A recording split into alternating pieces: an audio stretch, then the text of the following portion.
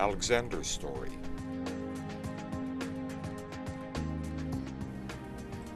I have what's called idiopathic optic nerve atrophy, low vision. Idiopathic in that they don't know where it comes from, or it's not hereditary as far as we know. I was operating at a much higher level as a child than actually I do now. So as a child, I wasn't aware that my vision was changing and that it was causing me to not want to do work that I should have been doing. So in fourth grade, I must have read 15 or 20 books, for my age level, and you write a one-page synopsis of the book and so forth. And then throughout junior high, it became increasingly difficult, just the act of reading. So I basically recycled all of my fourth grade book reports from the fourth grade up until eighth grade.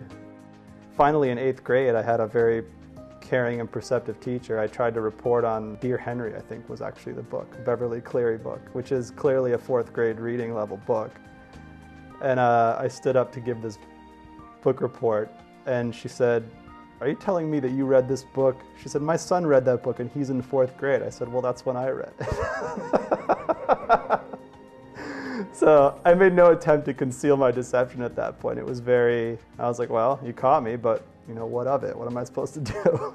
So that was really one of the first times when my parents and an educator actually, I would say, met in a productive way to talk about accommodations and things for the future. So that was actually a very pivotal moment. Getting caught on that book report actually started a dialogue, which then sort of opened the world of accommodations and assistance to me at that time. Obviously, my disability was a significant factor in where I wanted to go to school. When we visited campuses, we always made a point and talked to them about the disability services and what would life be like for me. And we actually had varying experiences. You didn't have a ton of choices if you wanted to go to a school that had a great reputation in this area. And BU had a fairly leading program. I knew there was a support system there. I knew that if I needed letters produced to give to professors, saying this person has a documented disability, he requires the following accommodations, he may need extra time for tests, he might need a reader, he might need a note taker, whatever it might be. And really, so that gave me the confidence to know that I wouldn't, be left out to dry. So it started with that. And then I got a hold of, some visual aids, a telescope, and I would take that to class with me and help me read the blackboard. And I thought, oh, the world is fantastic. It can't possibly get any better than this. I've got everything I need. Then I finally get this telescope I can wear on my head, and it weighs 2 ounces, and nothing can be better. And holy cow, there's this closed-circuit television video magnifier that I can put stuff under, and wow, I can do all the reading I need to do now. I don't have to fake my way through it or suffer 18 hours to read a chapter of physics, These are the kinds of accommodations that you don't even think about asking for until someone almost lets you know that they're available and that it's possible. I was a liberal arts major as an entering freshman, like many students, and I finished my degree at the business school at BU, but also had a very intense curiosity about just how the world worked.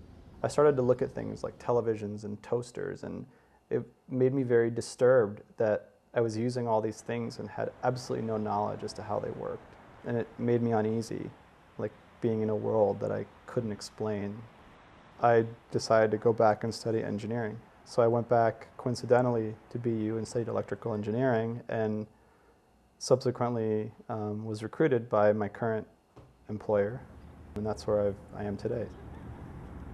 Alexander's biggest strength is his attention to detail, definitely. If something isn't working quite right, he really wants to get to the bottom of the problem, the root cause of the problem, and that's something that can be very easy to gloss over, especially in a world where we just want to patch it up and fix it. He wants to patch up the root cause of the problem, which is very good. Alexander actually started out in our engineering development group at the Mathworks, and so he just tried out different projects for different groups in the company, and one of the things he tried was some quality engineering projects and doing testing. And when I had a job opening, he chose to interview for it. He has to sit very close to the screen, and so we've gotten him a special monitor where the arm will come very close up to his face and he doesn't have to lean forward, which can be very uncomfortable. And then software that's just magnification software. So we didn't have to make significant accommodations. I didn't feel like anything was out of the ordinary. And now Alexander is not the only person working here with visual impairments. And so they've made the accommodations for others too. His vision impairment wasn't even an issue when we interviewed him. Their own software. Because we're calling OpenGL software.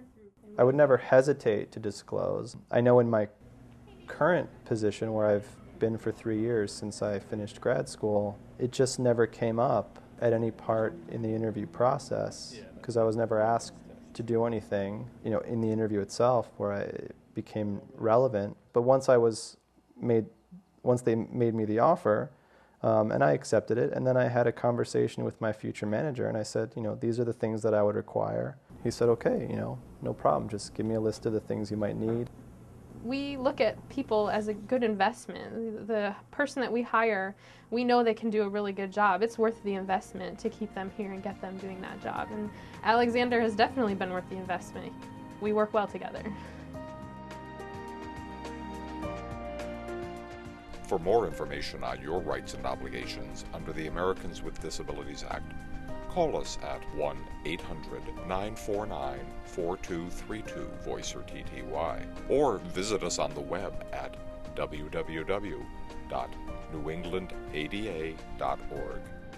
Produced by No Limits Media Incorporated for the New England ADA Center, Disabilities in Business Technical Assistance Center. Oshie Harrison, EDD Project Director. Produced under a grant from the National Institute of Disability Rehabilitation and Research, a project of Adaptive Environments Institute for Human-Centered Design.